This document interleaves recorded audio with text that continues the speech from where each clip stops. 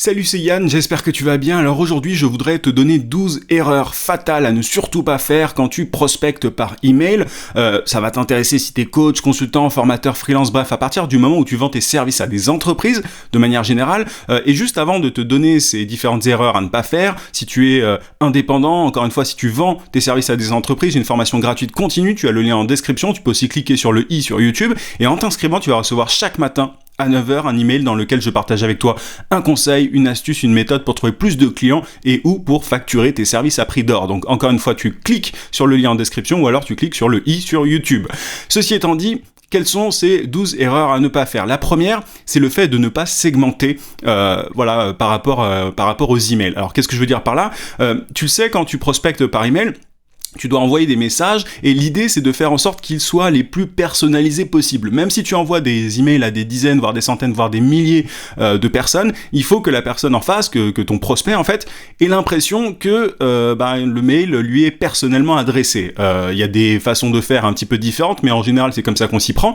Et du coup, tu dois absolument segmenter parce que les besoins, les problématiques des gens ne seront pas les mêmes. Par exemple, un e-commerce dans le secteur, textile n'aura pas les mêmes besoins que un SaaS, tu vois, un software as a service, une startup qui est dans le B2B. Donc il faut absolument que tu segmentes pour pouvoir ensuite élaborer des messages vraiment spécifiques qui vont toucher ta cible en plein cœur, qui vont résonner auprès de ta cible. Donc segmente, tu fais des tableaux par secteur ou par intitulé de job, tu vois, pour tes prospects, et comme ça tu vas pouvoir vraiment écrire des messages qui vont sembler être personnalisés et les gens vont te répondre de façon beaucoup plus importante. Donc segmente bien tes emails tes différents contacts, tes prospects avant d'envoyer tes emails. Deuxième erreur, c'est le fait de ne pas écrire à l'email professionnel du prospect. C'est par exemple le fait d'envoyer un email sur un Gmail ou sur un Hotmail. Ne fais pas ça, en plus c'est illégal au niveau de la RGPD, c'est pas bon du tout. Donc adresse-toi aux emails professionnels de tes prospects. C'est quoi un email professionnel ? C'est, tu sais, si tu écris à Jean Dupont, c'est jean.dupont@ nom de la société.com. Alors ça peut être Jean-Dupont, Jean Dupont tout attaché, peu importe, il faut que tu vois comment sont élaborés en fait les emails des gens, des sociétés à qui tu t'adresses, mais en gros c'est comme ça que ça se passe. Et il y a d'autres personnes, c'est un sujet un petit peu différent, mais qui au lieu de s'adresser à l'email professionnel de leurs prospects, ils vont s'adresser à l'email générique de la boîte. Par exemple, contact@nomdelasociété.com. Là derrière, souvent t'as des secrétaires, t'as des assistants, etc. T'as pas des décideurs directs. Si tu envoies un email à contact@nomdelasociété.com, il y a très peu de chances que tu tombes sur un prospect derrière, que ton email même aille auprès de la bonne personne, soit envoyé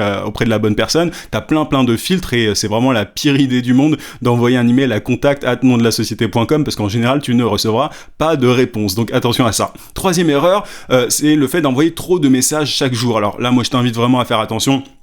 Au niveau, tu vois, même, il faut pas cramer ton email. Si tu envoies trop d'emails par jour, en général, les outils d'emailing n'aiment pas trop ça. Tu peux passer dans les spams, etc. Et puis, de toute façon, tu vas juste énerver tout le monde. Moi, ce que je recommande toujours de faire, c'est de prendre un certain échantillon de personnes, tu vois, tu testes ton message et s'il marche bien, là, tu peux augmenter un petit peu la cadence. Mais n'en envoie pas trop juste d'un coup. En fait, c'est ça le sujet. Tu peux, au bout d'un moment, arriver à envoyer un paquet d'emails si tes échantillons, si tes tests ont fonctionné, mais n'envoie pas 100, 200 ou 1000 emails comme ça d'un coup alors que tu n'as jamais rien testé auparavant. C'est vraiment la pire idée du monde, donc attention à ça. Quatrième erreur à ne pas faire, c'est le fait d'écrire des objets d'email spammy, un peu putaclic, tu vois, parce que ça va te permettre d'avoir de bons taux d'ouverture de faire ça.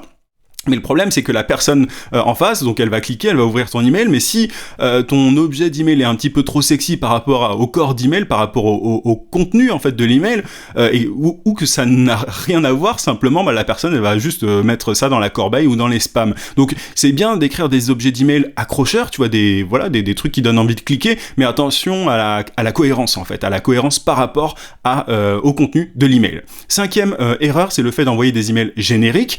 Tu vois, très souvent les gens envoient des emails qui, tu vois, je te parlais des emails personnalisés au début. Il faut faire attention à envoyer des emails qui ont l'apparence, qui ont l'air d'être personnalisés. Au maximum, même si la personne en face, elle se doute que tu as envoyé ça à d'autres personnes, il faut quand même au maximum que ça soit personnalisé, et en général la meilleure façon de personnaliser des emails, c'est de poser des questions extrêmement précises par rapport au business de la personne en face. Donc attention aux emails génériques, tu sais, les trucs du genre, enfin ça se voit tout de suite. Moi j'en reçois plein des emails génériques, des gens qui m'envoient un email, je sais très bien que cet email a été envoyé à des centaines voire des milliers de personnes en même temps. Donc en général quand je vois ça, quand je m'aperçois de ça, la seule chose que je me dis c'est bon je vais pas y répondre, tu vois, ça m'est pas personnellement adressé, pourquoi est-ce que j'y répondrais? Donc vraiment personnalise un max. Sixième erreur, c'est le fait de trop parler de soi dans son email. Il y a plein de gens qui mais vraiment mettent un paquet de jeux, tu sais, J-E, j'ai fait ceci, cela, je fais ceci, cela, je vous propose de, je. Et en fait, ils sont auto-centrés, et un email, même si tu es là pour vendre tes services, en général, la meilleure façon de faire pour vendre par email, c'est de poser des questions, de détecter un intérêt, puis ensuite de parler un petit peu plus de toi. Tu vois, il y a Seth Godin qui a écrit un livre qui s'appelle Permission Marketing, que je t'invite vraiment à lire, et c'est vraiment ça, il faut pas même chercher à apporter de la valeur, donner des conseils, sans avoir détecté un minimum d'intérêt de la personne en face. Donc le mieux, c'est de poser une question, et de ne pas être auto-centré, c'est de vraiment se focus sur son prospect, sur son client potentiel, et ensuite on peut un peu parler de soi. Mais il faut vraiment faire gaffe, compte le nombre de jeux que tu mets dans tes emails et le nombre de mois, enfin en mois en général t'en as quand même moins, mais compte un petit peu et tu vas te rendre compte que peut-être qu'il y en a un petit peu trop. Septième erreur, c'est le fait de faire trop d'appels à l'action dans un même email. Qu'est-ce que je veux dire par là? Alors tu dois en général appeler tes prospects à réserver un appel avec toi, ou alors tu vois, simplement à te donner leur disponibilité, mais parfois t'as des gens qui mettent 40 liens différents dans le même email. C'est une très mauvaise idée. Tu veux pas ton email, il doit être assez bref, il doit être assez précis, et il faut qu'il y ait une seule action, tu vois, à faire dans l'email. Pas 2, pas 3, pas 4. Il y a des gens qui me bombardent de liens. Oui, voici mon portfolio, j'ai fait ceci, cela, est-ce qu'on peut parler par téléphone? Et du coup, plus tu donnes le choix, moins tes prospects vont passer à l'action. C'est un peu étonnant, mais c'est comme ça. Donc attention à ça, un seul lien, un seul appel à l'action dans tes emails. Autre erreur à ne surtout pas faire, c'est le fait simplement de faire aucun appel à l'action. C'est tout l'inverse. Tu vois, il y a des gens qui mettent trop de liens d'appel à l'action et tout, et il y en a d'autres qui n'en font aucun. C'est-à-dire que ils vont éventuellement poser une petite question par rapport aux disponibilités du prospect, mais ça va pas être très très clair, et ils vont pas être direct par rapport à ça. Ton appel à l'action, il doit être vraiment direct. Cliquez ici pour réserver un appel avec moi à la date qui vous convient, tu vois, par exemple. Il faut que ça soit clair, il faut être un petit peu directif dans ton email à la fin. Je te dis pas de faire ça au tout début de ton email, bien évidemment, il faut l'introduire, etc. Mais quand tu fais, quand tu dois appeler à l'action, fais-le franchement, fais-le clairement, pour que la personne sache très facilement, rapidement, ce qu'elle doit faire. Parce qu'en général, ils ont peu de temps, les prospects, donc il faut absolument leur dire clairement ce qu'ils doivent faire. Donc pas 40 liens, un seul appel à l'action, très clair, très franc. Neuvième erreur, c'est le fait de ne pas relancer. Alors il y a plein de gens, plein d'indépendants, plein d'entrepreneurs qui envoient des emails comme ça, et personne leur répond, et ils s'arrêtent là. C'est une grosse erreur, parce qu'il faut savoir, notamment en B2B, que la relance, elle doit être systématique. C'est-à-dire que si tu ne relances pas tes prospects, il y a très très peu de chances qu'ils te répondent. Alors, il y a 3% en général, il faut savoir, de prospects chauds, de prospects qui sont prêts à passer à l'action tout de suite, mais du coup, t'imagines combien d'argent tu laisses sur la table si tu ne relances pas. Il faut que tu relances pour toucher le reste, en fait, les 97% qui restent. Donc, vraiment, relance systématiquement tes prospects, et alors, tu peux même faire 2 relances, voire 3 relances. Arrête-toi évidemment quand les gens te disent d'arrêter de relancer, mais il y a plein de gens qui ont peur de relancer, qui se disent ouais, mais j'ai pas envie de spammer, j'ai pas envie d'embêter. À partir du moment où on t'a pas dit stop, pourquoi est-ce que tu t'arrêterais, en fait, dans le sens où alors il faut pas être relou, faut amener bien la chose, quoi. Il faut faire des relances intelligentes, mais je veux dire, moi c'est pour ça que quand je reçois un email et que ça m'intéresse pas, je dis ça m'intéresse pas, merci, parce que je sais que souvent je vais être relancé. C'est pas le cas tout le temps, mais c'est pour éviter d'être relancé. Mais tu ne peux pas partir du principe que la personne n'est pas intéressée si elle ne t'a pas dit stop, si elle ne t'a pas dit non. Moi j'ai eu plein de contrats avec des prospects qui m'ont répondu au bout du deuxième, voire de la troisième, du deuxième message, voire de la troisième relance, tu vois. Donc, il faut vraiment relancer systématiquement.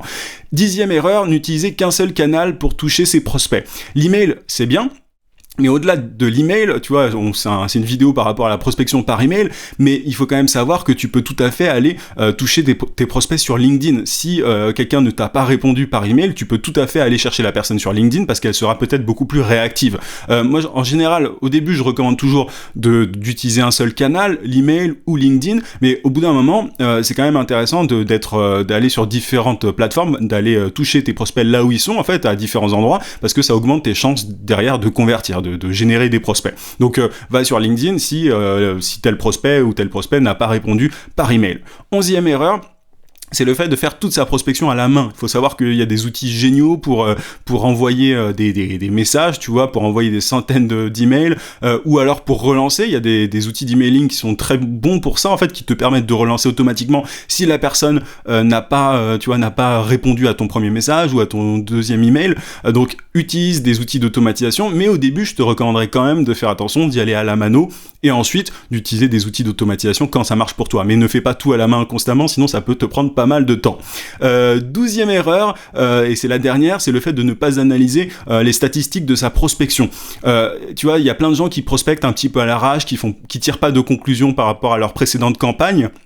C'est dommage parce que du coup tu peux très bien voir grâce à ces fameux outils du coup de prospection que c'est ton objet d'email le problème, que ton taux d'ouverture n'est pas très bon, ou alors que les gens lisent mais ne cliquent pas sur tes liens. Bref, en fait tu peux voir exactement là où ça coince et du coup faire des modifications, des ajustements en conséquence. Donc il faut toujours analyser ces métriques, ces statistiques pour pouvoir ensuite améliorer tout ça. C'est vraiment la clé quand tu prospectes par email. Donc voilà pour ces 12 erreurs, j'espère qu'elles t'ont été utiles, que tu feras attention maintenant quand tu prospecteras par email.